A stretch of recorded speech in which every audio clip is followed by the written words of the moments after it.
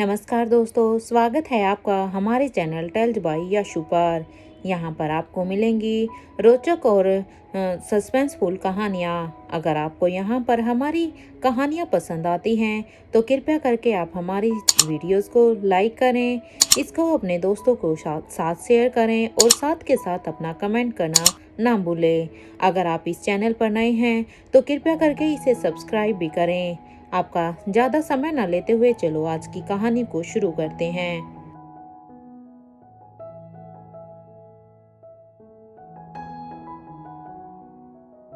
पिछले एपिसोड में हमने सुना था कि यहाँ पर कविन आलिशा को किडनैप कर लिया जाता है, जिसे किडनैप करके 2 दिन तक कवि राजीव गुलेरिया के पैलेस में रखा जाता है।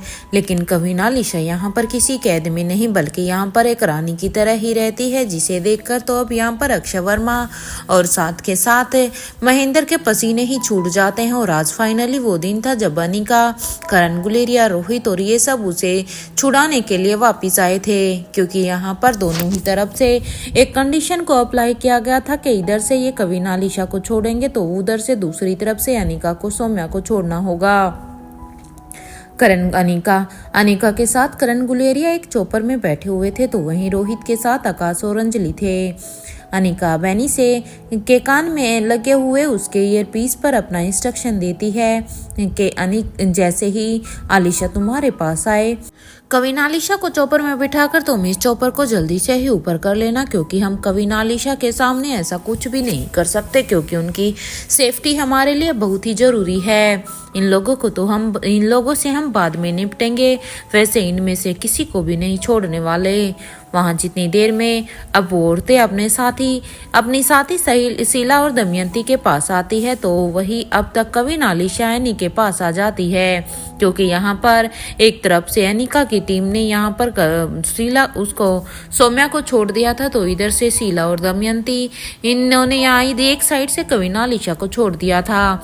एंड जैसे ही कविन आलिशा उस चौपर के पास आती है तो अनिका के कहे अनुसार एनी भी अब जल्दी से उन्हें अपने चौपर में बिठाकर अब उस चौपर को आसमान की तरफ ऊपर की तरफ कर देती है और वहां से जाने लगती है।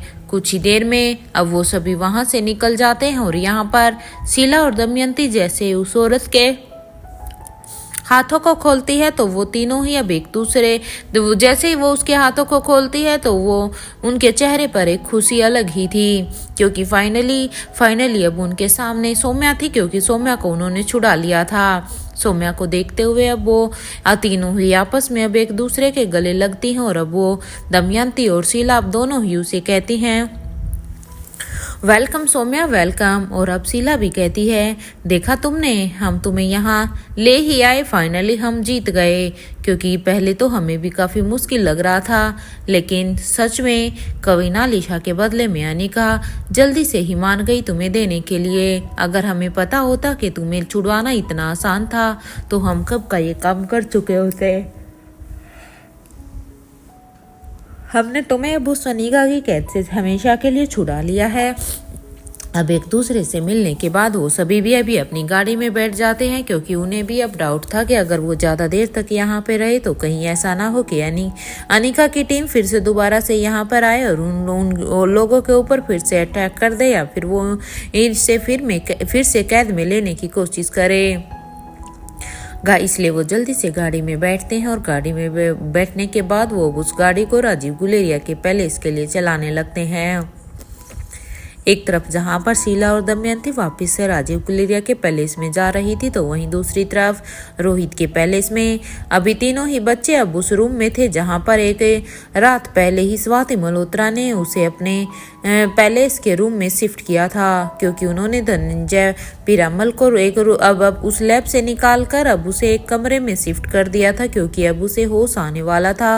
और उसके बाद स्वाति मल्होत्रा वहां से चली गई थी, क्योंकि स्वाति ये बात अच्छी तरह से जानती थी कि अब अनिका इन्हें अच्छे से संभाल सकती है। स्वाति मल्होत्रा अभी भी इस बात से अनजान थी कि पिछली बार तो उसे सिर्फ रिया ने ही देखा था, बल्कि इस बार तो उसे आर्यन और अलेक्जेंडर ने भी देख लिया था। क्योंकि जब से रिया ने स्वाति मल्होत्रा को उस रात देखा था, तब उस दिन देखा था, उसके बाद से तो उसने आर्यन और अलेक्जेंडर के मन में भी वही सब बातें डाल दी थी। इसलिए आर्यन और अलेक्जेंडर भी अब रिया की इस बात के साथ साथ अब वो भी क्योंकि ये सब जानना चाहते थे। लेकिन आज फाइनली जब स्वाति मल्होत्रा यहाँ से जा रही थी तब उन तीनों ने ही उसे देख लिया था। स्वाति मल्होत्रा को देखकर अब आर्यन और अलेक्जेंडर दोनों के मुंह खुले के खुले रह जाते हैं। अब अपने भाइयों को इस तरह से हैरानी में देखकर अब रिया उन दोनों के ही मुंह को बंद करते हुए कहती है, अब बताओ तुम दोनों, क्योंकि उस दिन मुझे इतना समय लगा तुम लोगों को समझाने के लिए, लेकिन तुम दोनों थे कि तुम तो मानने को तैयार ही नहीं थे। अब क्या कहोगे तुम इस बारे में? रिया की ये बात सुनकर अब आर्यन कहता है, सच में रिया तुम सही ही कह रही थी, क्योंकि अब तो हमने भी उन्हें यहाँ पर देख लिया है। लेकिन अब दिक्कत तो ये है कि अब हम उन्हें सबके सामने लेकर कैसे आएंगे? अगर हमारी एक बार उनसे बात भी हो जाती तो फिर बात अलग थी। आर्यन की ये बात सुनकर अब अलेक्जेंडर कहता है, क्या तुम पागल हो गए हो? अरे जब वो सबके सामने नहीं आना चाहती तो तुम उससे बात कैसे कर सकते थे? और इस बात की क्या गारंटी है कि जब तुम उससे बात करते तो तब वो सबके सामने आ जाएगी? इसलिए अब हमें जो भी सोचना है बड़े ध्यान से सोचना है। अब दोनों ही भाइयों की ये बात सुनकर अब रिया कहती है, हाँ वो बात तो सही है, लेकिन अब आगे क्या करना है? रिया की ये बात सुनकर अब दोनों ही भाई कुछ सोचने लग जाते हैं और कहते हैं, तुम बस देखो, हम कुछ ना कुछ तो करते ही हैं। इधर यहाँ तीनों बच्चे अभी भी उस कमरे में धनंजय पीरामल को ही बड़े ही ध्यान से देख रहे थे, क्योंकि उन्हें ये तो नहीं पता था कि ये कौन है, लेकिन हाँ उनकी एज के हिसाब से वो उन्हें दादाजी कह रहे थे। यहाँ तीनों बच्चे जिस तरह से उन्हें ध्यान से देख रहे थे उसे देखकर तो अब रिया आर्यन से कहती है कि सच बताऊं, मुझे तो इनका जो शकल है वो डैडी के ऊपर लगती नजर आ रही है, इसलिए इसमें कोई भी शक नहीं है, ये जरूर हमारे दादाजी ही होंगे। और देखो ना, इनके इस चेहरे की कितनी ही चीजें डैड से मिलती हुई है, या फिर ये कहें कि डैड का चेहरा और इनका चेहरा कितना मिलता हुआ है। ये कहते हुए ही अब रिया फिर से अपनी बात को आगे कंटिन्यू करती है कि मुझे तो सच में आज पता चला कि डैड इतने हैंडसम क्यों हैं, और हो भी क्यों ना, क्योंकि उनके डैड भी तो हैंडसम ही है ना। जरा देखो तुम लोग ही खुद कितने हैंडसम हैं ये अभी भी, हालांकि इनकी आंखें बंद हैं, लेकिन फिर भी मुझे तो ये बड़े हैंडसम ही दिखाई दे रहे हैं। अब रिया की ये बात सुनकर अब आर्यन और अलेक्जेंडर दोनों ही अब अपने हाथ को अपने सिर पर देकर मारते हैं, क्योंकि रिया की इन्हीं बातों की वजह से कई बार वो दोनों भी परेशान हो जाते थे। उसके बाद अब वो दोनों ही साथ में अब रिया से कहते हैं, रिया हम तुम्हें कई बार कह चुके हैं और इस बार भी कह रहे हैं, तुम भूमिका बुआ से थोड़ा दूर ही रहो, उनका असर पड़ रहा है तुम पर, क्योंकि तुम उन्हीं की तरह ही बातें करने लग जाती हो। अब अपने दोनों की भाइयों की ये बात सुनकर अब रिया उन्हें घूर घूर कर देखती है, और अब इधर ये सब कहते हुए अब दोनों भाई एकदम से ही खामोश हो जाते हैं, क्योंकि जब उन्होंने देखा कि रिया उन्हीं को ही देख रही है तो इससे ज्यादा वो दोनों कुछ भी नहीं कहते, क्योंकि उन्हें भी इस बात का पता था कि अगर रिया ने उनके डैड से उनकी शिकायत लगा दी तो फिर तो उनकी खैर नहीं, क्योंकि ये दोनों अपने डैड से ही ज्यादा डरते थे। और फिर इसलिए वो दोनों ही खामोश हो जाते हैं, और अब वो दोनों अब अपने दादा को ही देखने लगते हैं, क्योंकि रिया भी तब से उन्हीं को ही देखने में लगी हुई थी। आर्यन अब अलेक्जेंडर से पूछता है कि कल तुमने जब इन्हें देखा था तो तुमने ये क्यों कहा था कि तुम इन्हें पहले से भी जानते हो? क्या तुमने इसे पहले भी कहीं देखा है? अब आर्यन की ये बात सुनते ही अब अलेक्जेंडर ने कहा, हाँ मैंने पहले इन्हें देखा है। अब अलेक्जेंडर की ये बात सुनकर आर्यन कहता है, क्या सच में? लेकिन कहाँ पर, कौन, कैसे? अब आर्यन की बात सुनकर अब अलेक्जेंडर फिर से कहता है कि एक बार मैं जब अपने बड़ी से मिलने के लिए गया हुआ था तो बड़ी मुझे इनसे मिलवाने के लिए मुझे वहाँ पर लेकर गए थे, इसलिए मैंने तब इन्हें वहाँ पर देखा था। अब ये सुनते ही अब रिया फिर से कहती है, सच में अलेक्जेंडर तूने तो ना सच में हमारा दिमाग ही खराब कर दिया है बड़ी बड़ी बड़ी बड़ी करते हुए, लेकिन कभी बताते नहीं हो कि आखिर तुम्हारे ये बड़ी कौन है। इसलिए अब तो तुम बता ही दो कि ये तुम्हारे बड़ी हैं कौन आखिर। मैं भी तो देखूं कि कैसे दिखते हैं वो, और मुझे भी तो उनसे मिलवाओ। मैं तो थक गई हूँ तुम्हारी ये बड़ी की बातों को सुन सुनकर। तुम हमें उनसे मिलवा तो नहीं रहे हो, लेकिन हाँ हमेशा अपनी बातों में उनके जिक्र जरूर करते हो। अब रिया की ये बात सुनकर अब अलेक्जेंडर कहता है कि उनसे मिलना तो मैं भी बहुत ही चाहता हूँ रिया। अब अपनी बात को पूरा करने के बाद अब अलेक्जेंडर आर्यन से कहता है, अब दादी माँ कैसी है, वो ठीक तो है ना। रात में जब उन्होंने दादाजी को देखा था तो वो सच में ही वो शौक की वजह से बेहोश हो गई थी। अब अलेक्जेंडर की ये बात सुनकर अब रिया भी कहती है कि डोंट वरी, मम्मा ने उन्हें इंजेक्शन दे दिया था तो वो अभी सो ही रही होगी। और वैसे भी जब जैसे ये सबके सामने जब आए थे तो अब ये देखो ना, तो सदमा तो सबको अपने आप लगना ही था। और दादी माँ को तो और भी ज़्यादा लगना था, क्योंकि वो खुद दादाजी को जो देख रही थी। और ये सब छोड़ो, अब ये बताओ कि हम क्या करें, और नानी माँ कब यहाँ आती है कब जाती है, हमें तो कुछ भी पता ही नहीं चलता, क्योंकि वो बस यहाँ से जाते हुए एक पल में ही दिखती हैं। रिया की अब ये बात सुनकर अब अलेक्जेंडर भी कहता है, अगर हमें इस पैलेस का मैप मिल जाए ना तो हम शायद कुछ सोच सकते हैं, क्योंकि इस पैलेस में मुझे लगता है बहुत सारी तो ऐसी जगह हैं जो हमने शायद आज तक देखी भी ना हो। इसलिए अगर इस पैलेस का मैप हमारे पास हो तो फिर हम इस पैलेस की हर एक चीज़ को बड़े ही ध्यान से देख सकते हैं, और फिर हम अपना प्लान भी अच्छे से बना सकते हैं, जिसे फिर हम एग्जीक्यूट भी करेंगे। यहाँ तीनों बच्चे अभी आपस में एक दूसरे से यही सब बातें कर रहे थे कि तभी अब आर्यन की नज़र फिर से अपने दादाजी पर जाती है। तो उस आर्यन ने देखा कि उसके दादाजी के हाथ की उंगलियों पर उसके दादाजी के हाथ की उंगलियां अभी थोड़ा थोड़ा हिल रही थी, जिन्हें देखकर अब आर्यन एकदम से ही कहता है, अरे देखो दादाजी की उंगलियां हिल रही हैं, तो शायद दादाजी को अभी होश आ रहा है। अब ये सब सुनते ही अब रिया कहती है, मैं अभी सबको बता कर आती हूँ ताकि सभी यहीं पर ही आ जाएं। मैं भूमिका बुआ तो देखो ना कितनी परेशान थी इन्हें देखकर।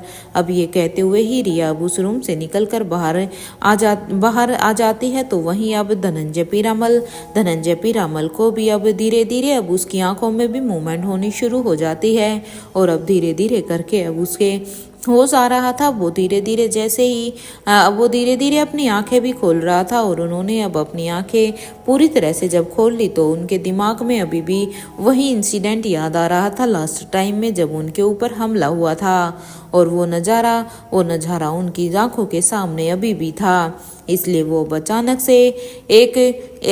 से चीखता है, और एक चीख के साथ अब वो उठकर बैठ जाता है, और उनके मुंह से सबसे पहला वर्ड यही निकलता है, रोहित। इधर धनंजय पीरामल की आवाज़ से आर्यन और अलेक्जेंडर दोनों ही एकदम से चौंक जाते हैं, क्योंकि धनंजय ने इतनी जोर से चीखे थे कि आर्यन और अलेक्जेंडर तो उसी रूम में थे, इसलिए वो भी एकदम से घबरा जाते हैं। कि तभी अब धनंजय की नज़र अब सामने खड़े हुए अलेक्जेंडर पर जाती है, जिसे वो 12 साल का रोहित समझ रहे थे, क्योंकि अलेक्जेंडर की शक्ल भी रोहित पर ही थी, इसलिए उसे लगा कि ये सच में रोहित ही हैं। इसलिए धनंजय अब अलेक्जेंडर का हाथ पकड़कर अब उसे अपने गले से लगा कर कहते हैं, रोहित मेरे बच्चे, तुम ठीक तो हो ना, तुम चिंता मत करो, तुम्हारे पापा आ गए हैं। अब तुम्हें किसी भी चीज़ से घबराने की या डरने की ज़रूरत नहीं है, क्योंकि अब मैं तुम्हें कुछ भी नहीं होने दूंगा। ये सब कहते हुए ही अब धनंजय अलेक्जेंडर के सिर पर अब धीरे धीरे से अपना हाथ फेरते हैं, और उसके सिर पर अपना हाथ फेरते हुए ही कभी उसके सिर पर किस करते हैं तो कभी उसके गालों पर। हालांकि धनंजय यहाँ पर कुछ पैनिक कर गए थे, क्योंकि इस कंडीशन में उनका पैनिक करना सही तो नहीं था, लेकिन उन्हें अभी कुछ भी समझ नहीं आ रहा था। यहाँ अलेक्जेंडर अब उन्हें कहने की कोशिश कर रहा था। यहाँ अलेक्जेंडर अभी यही कह रहा था कि अरे ये क्या कर रहे हैं क्या कर रहे हो आप तो वहीं अलेक्जेंडर की बात को अब इग्नोर करते हुए अब धनंजय पीरामल उसे रोहित समझ रहे थे, और उसे अब छोड़ ही नहीं रहे थे।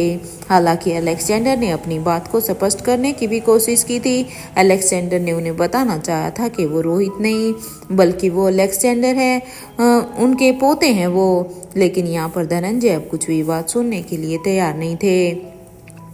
इधर ये सब देखकर अब आर्यन भी समझ गया था कि उनके दादाजी उसके भाई अलेक्जेंडर को उसके डैड रोहित समझ रहे हैं, इसलिए ही शायद वो ऐसे बिहेव कर रहे हैं। ये देखकर अब आर्यन वहां से जल्दी से दौड़कर अब अपनी मम्मा को बुलाने के लिए चला जाने लगता है, क्योंकि आर्यन ये बात अच्छी तरह से जानता था कि उसके दादा को अभी ही होश आया है और अभी ही होश में आते ही वो ऐसे पैनिक कर रहे हैं तो शायद ये उनके स्वास्थ्य के लिए कहीं ठीक ना हो। इसलिए वो जल्द से जल्द वहाँ पर अपनी मम्मा को बुलाना चाहता था ताकि उनकी मम्मा उन्हें कुछ ऐसा इंजेक्शन दे जिससे कि उनका दिमाग थोड़ा सा शांत हो। तो वो वहीं अब तक रोहित के पैलेस में अब उन सभी का चॉपर अब उसके गार्डन में लैंड होने लगता है। जैसे ही चॉपर वहां पर लैंड हुआ तो वो सभी अब बाहर आ गए थे। करण गुलेरिया अब वहां से बाहर चॉपर से उतरने के बाद अब आलिशा से कहता है, तुम ठीक तो हो ना? तुम्हें कहीं कोई चोट तो नहीं आई? वैसे उन लोगों को तो मैं बिल्कुल भी नहीं छोड़ूंगा। देखो बस तुम मुझे एक बार बता दो, क्या जिन लोगों ने तुम्हें किडनैप किया था उन्होंने तुम्हें परेशान किया है? अब करण गुलेरिया का इतना कंसर्न देखकर ये सब बातें सुनते ही अब कविना आलिशा कहती है, relax mister Guleria, I am fine. और हमें तो ऐसा बिल्कुल भी नहीं लगा कि हम किडनैप हुए हैं। इवन हम तो वहाँ पर बड़े ही आराम से थे। हमने तो उन लोगों को इतना परेशान किया है कि हम आपको बता भी नहीं सकते, क्योंकि उस समय तो मुझे भी बहुत ही मजा आ रहा था उन लोगों के साथ ये सब करते हुए। करण यहाँ पर कविना आलिशा की ये बात सुनते ही वहाँ खड़े अभी सब बस फटी हुई आंखों से ही कविना आलिशा को ही देख रहे थे कि आखिर ऐसा किडनैप किसका होता है जो जिसका किडनैप हुआ है वो बाकी सबको इतना परेशान करे। इधर रोहित हैरानी से अब उससे पूछता है, आर यू श्योर? क्योंकि मेरे पास तुम्हारी फोटो आई थी, तुम्हारे दोनों हाथ बंधे हुए थे और तुम बेहोश थी, इसलिए क्या तुम जो कह रही हो वो सच है? इससे पहले कि अब आलिशा इस बात का कोई भी जवाब देती कि तभी अब सभी के कानों में अब बड़ी रानी की आवाज आती है। अब वो कह रही थी, अच्छा वो आप सभी आ गए हैं, वो भाई को होश आ रहा है। ये सब कहते ही अब वो कहती है, रिया बेटा सभी को पकड़ पकड़ कर इधर गुड न्यूज़ दे रही है, क्योंकि रिया ने ही हमें यहाँ पर आकर सबको बताया है, इसलिए हमारे ख्याल से अब तक उन्हें होश आ चुका होगा। इसलिए अब सभी को भाई के रूम में जाना चाहिए, क्योंकि जैसे ही उन्हें होश आएगा तो शायद वो पैनिक कर सकते हैं। अब बड़ी रानी की ये बात सुनते ही अब करण गुलेरिया भी खुशी से बड़ी रानी किसी के पास जाते हैं और वो उनसे कहते हैं, सच में आज का दिन कितना ही अच्छा है, आज के दिन से अच्छा कोई दिन हो ही नहीं सकता है। इधर आलिशा भी यहाँ है और मेरा दोस्त जिसे मैं इतने सालों से मरा हुआ समझ रहा था, सच में वो जिंदा है। जब मैंने उसे देखा तो मैं बता नहीं सकता कि मैं कितना खुश था। ये कहते हुए ही अब करण गुलेरिया अब अंदर की तरफ जाने लगता है तो वहीं सभी अब उनके पीछे पीछे दौड़ने लगते हैं।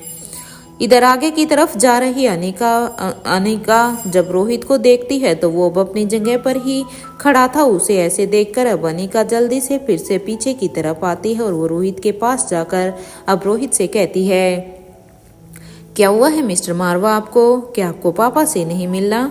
आज के दिन का कितना इंतजार किया था ना आपने, क्योंकि वो कब अपनी आंखें खोलेंगे, कब वो आपसे बात करेंगे, कब वो आपको देखेंगे। तो अब वो पल आ गया है मिस्टर मारवा, इसलिए जब आपके लिए वो पल आ गया है तो अब आप क्यों नहीं चल रहे हैं? क्योंकि आपको भी तो इस पल का कितना इंतजार था ना। आपने ना जाने कौन कौन सी बातें सोच रखी होंगी अपने पापा से बात करने के लिए। अब अनिका की बात का जवाब देते हुए अब रोहित कहता है, पता नहीं अनिका वो होश में आने के बाद कैसे रिएक्ट करेंगे। मुझे तो सोच सोच कर यही डर लग रहा है कि अब वो मुझे होश में आने के बाद पहचानेंगे भी या नहीं। क्या वो मुझे भूल चुके होंगे अनिका? रोहित की इस बात का जवाब देते हुए अब अनिका कहती है, ये तो हमें मिस्टर मारवा वहाँ पर जाने के बाद ही पता चलेगा, लेकिन हाँ मैं इतना जरूर कह सकती हूँ कि अब बस कुछ ही समय में आपको इस बात का भी पता चल जाएगा। लेकिन उसके लिए पहले हमें वहां पर जाना होगा। इसलिए अनिका अब रोहित के हाथ को पकड़कर अब उसे अंदर की तरफ लेकर जाने लगती है, क्योंकि अब रोहित की सिचुएशन अनिका को सही नहीं लग रही थी। और अगर देखा जाए तो रोहित का डर भी तो बिल्कुल सही ही था, क्योंकि उनके दिमाग की सर्जरी हुई थी और दिमाग की सर्जरी होने से धनंजय पीरामल की याददाश्त भी जा सकती थी। इसलिए रोहित को यही डर था कि कहीं उसके पापा की याददाश्त तो नहीं चली गई हो। जहां एक तरफ रोहित के पैलेस में धनंजय के होश में आने की और कवीना अलीशा को सही सलामत देखकर सबके चेहरे पर खुशी थी, तो वहीं राजीव गुलेरिया के पैलेस में भी यही हाल था, क्योंकि राजीव गुलेरिया के पैलेस में भी यहाँ पर खुशियां मनाई जा रही थी, क्योंकि सौम्या इतने दिनों के बाद यहाँ पर वापस आ गई थी। वहाँ सौम्या के उनके साथ आने से उनके ग्रुप की ताकत अब बढ़ गई थी, क्योंकि सौम्या, जैसे कि पीछे भी सौम्या के बारे में शीला ने बात की थी, सौम्या भी एक अच्छी कार रेसर थी। इसलिए सौम्या उनके इस मिशन के लिए बहुत ही जरूरी थी। सौम्या को अपने सामने देखकर तो अब राजीव गुलेरिया के दिमाग में तो अब कुछ और ही चल रहा था, क्योंकि राजीव गुलेरिया ये बात तो अच्छी तरह से जानता था कि जिस दिन दमयंती की डिलीवरी हुई थी उस दिन सौम्या उसके साथ थी। अब वो सौम्या से ही सारा सच सुनना चाहता था, क्योंकि दमयंती के हर एक काम में सबसे आगे सौम्या ही रहती थी। इसलिए सौम्या को दमयंती के बारे में सब कुछ पता रहता था। इसलिए यहाँ पर राजीव गुलेरिया अपने ही दिमाग में एक अलग से कैलकुलेशन लेकर बैठा हुआ था कि कैसे उसे सौम्या को अपने जाल में फंसाना है, ताकि वो सौम्या को अपने जाल में फंसाकर उसे वो सारी ही इंफॉर्मेशन निकलवा सके।